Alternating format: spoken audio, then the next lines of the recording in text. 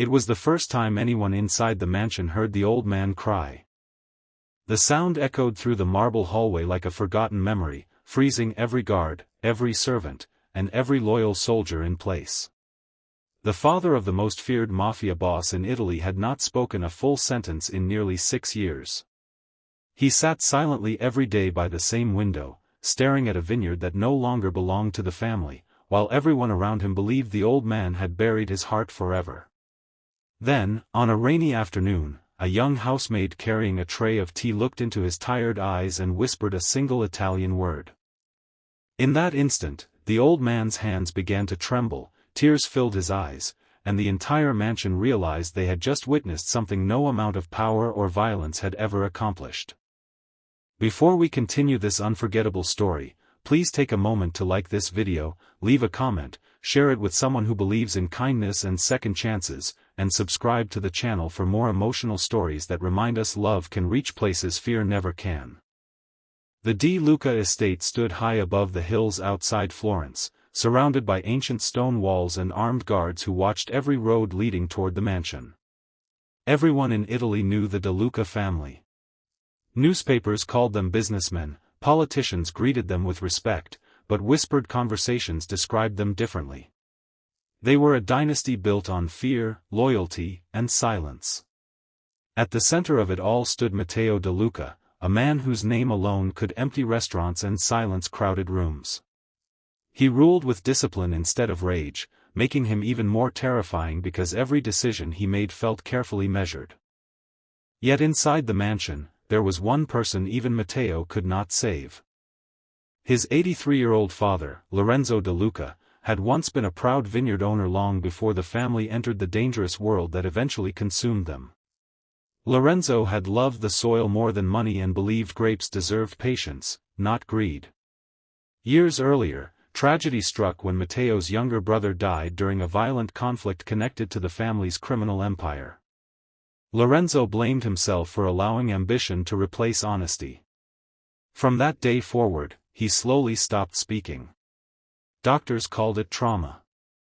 Specialists blamed depression. Therapists traveled from different countries hoping to reach him. Nothing worked.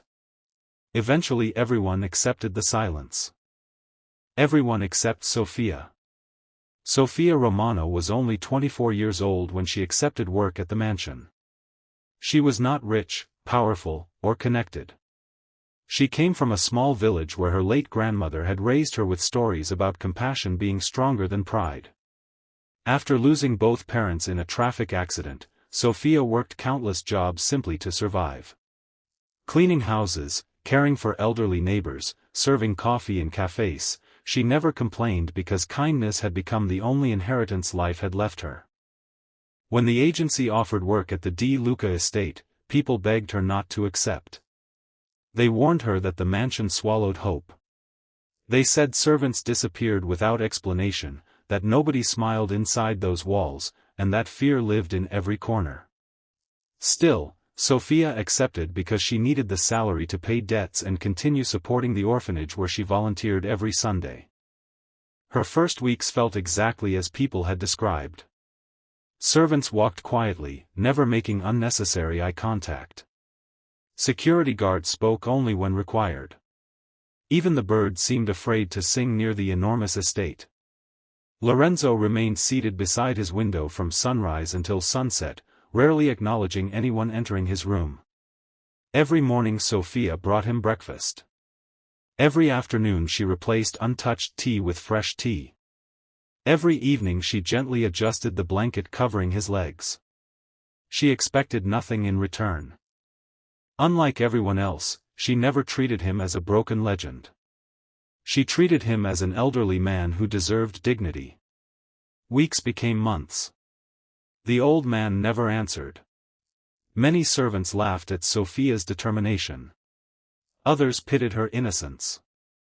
They insisted she was wasting energy on someone who had already left the world emotionally. But Sofia remembered something her grandmother often repeated.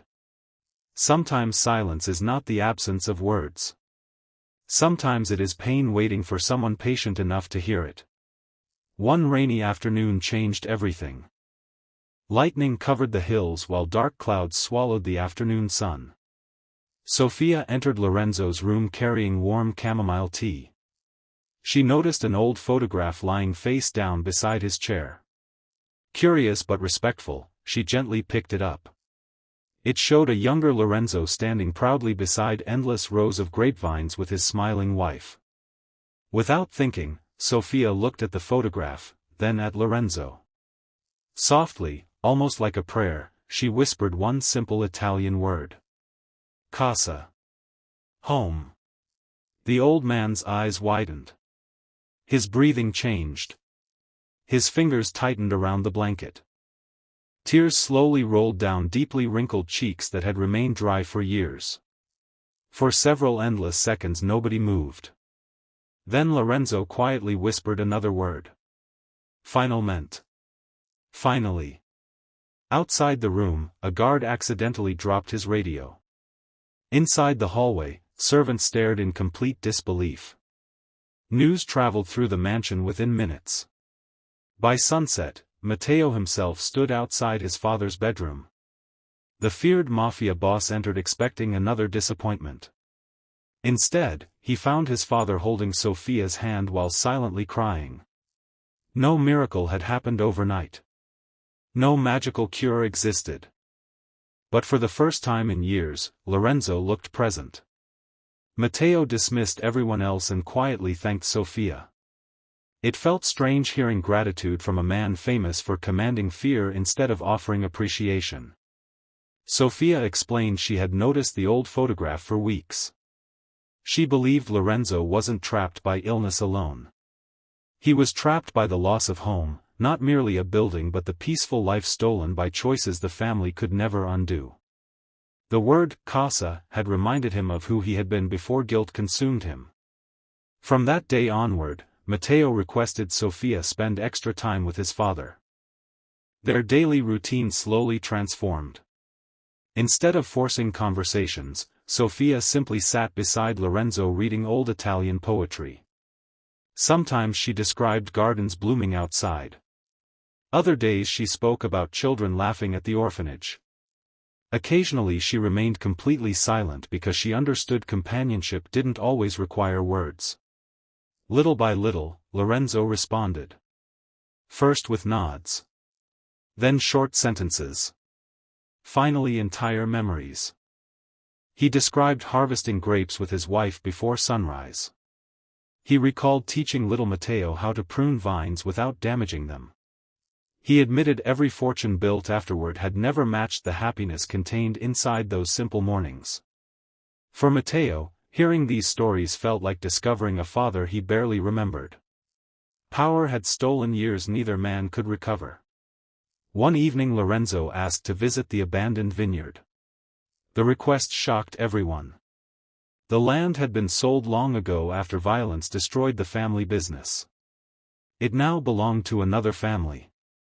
Matteo arranged the visit quietly. Without bodyguards surrounding them, father, son, and Sofia drove through peaceful countryside where golden sunlight covered endless fields. When Lorenzo stepped onto the old property, tears returned.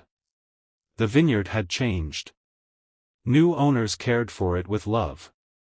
Children ran between grapevines exactly as Matteo and his brother once had.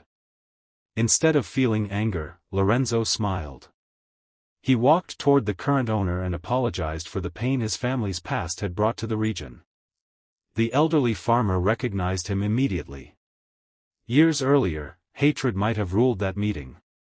Instead, compassion prevailed. The farmer shook Lorenzo's hand.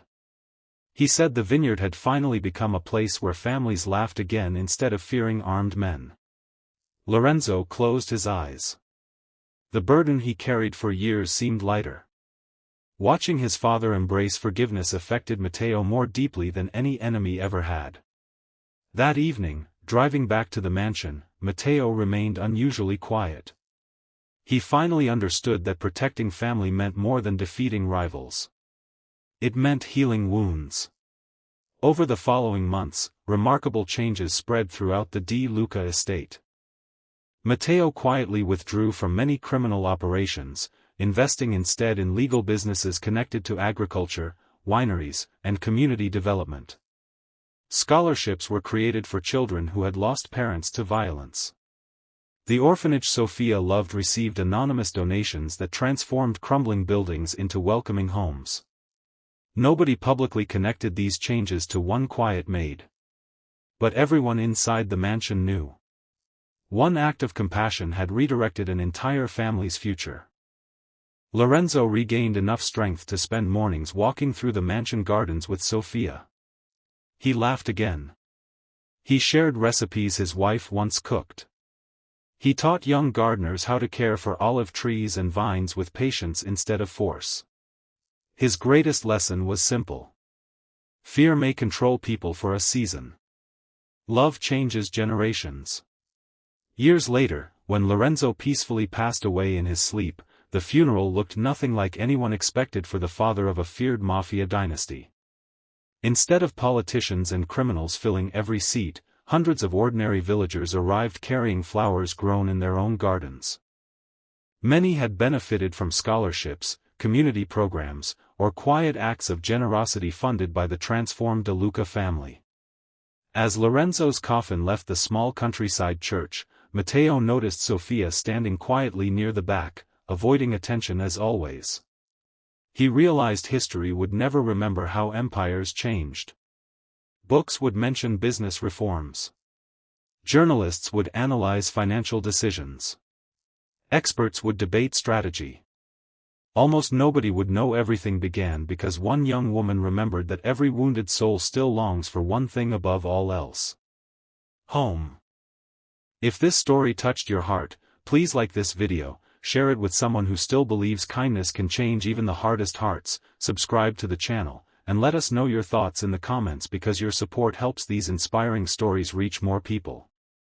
Special request: before this story ends, please comment with the single word, kindness, if you believe one act of compassion can change a person's entire life. The world often celebrates strength that frightens others, but the greatest strength has never belonged to those who command fear. It belongs to those courageous enough to offer compassion where everyone else expects silence. One gentle word accomplished what wealth, influence, and power never could.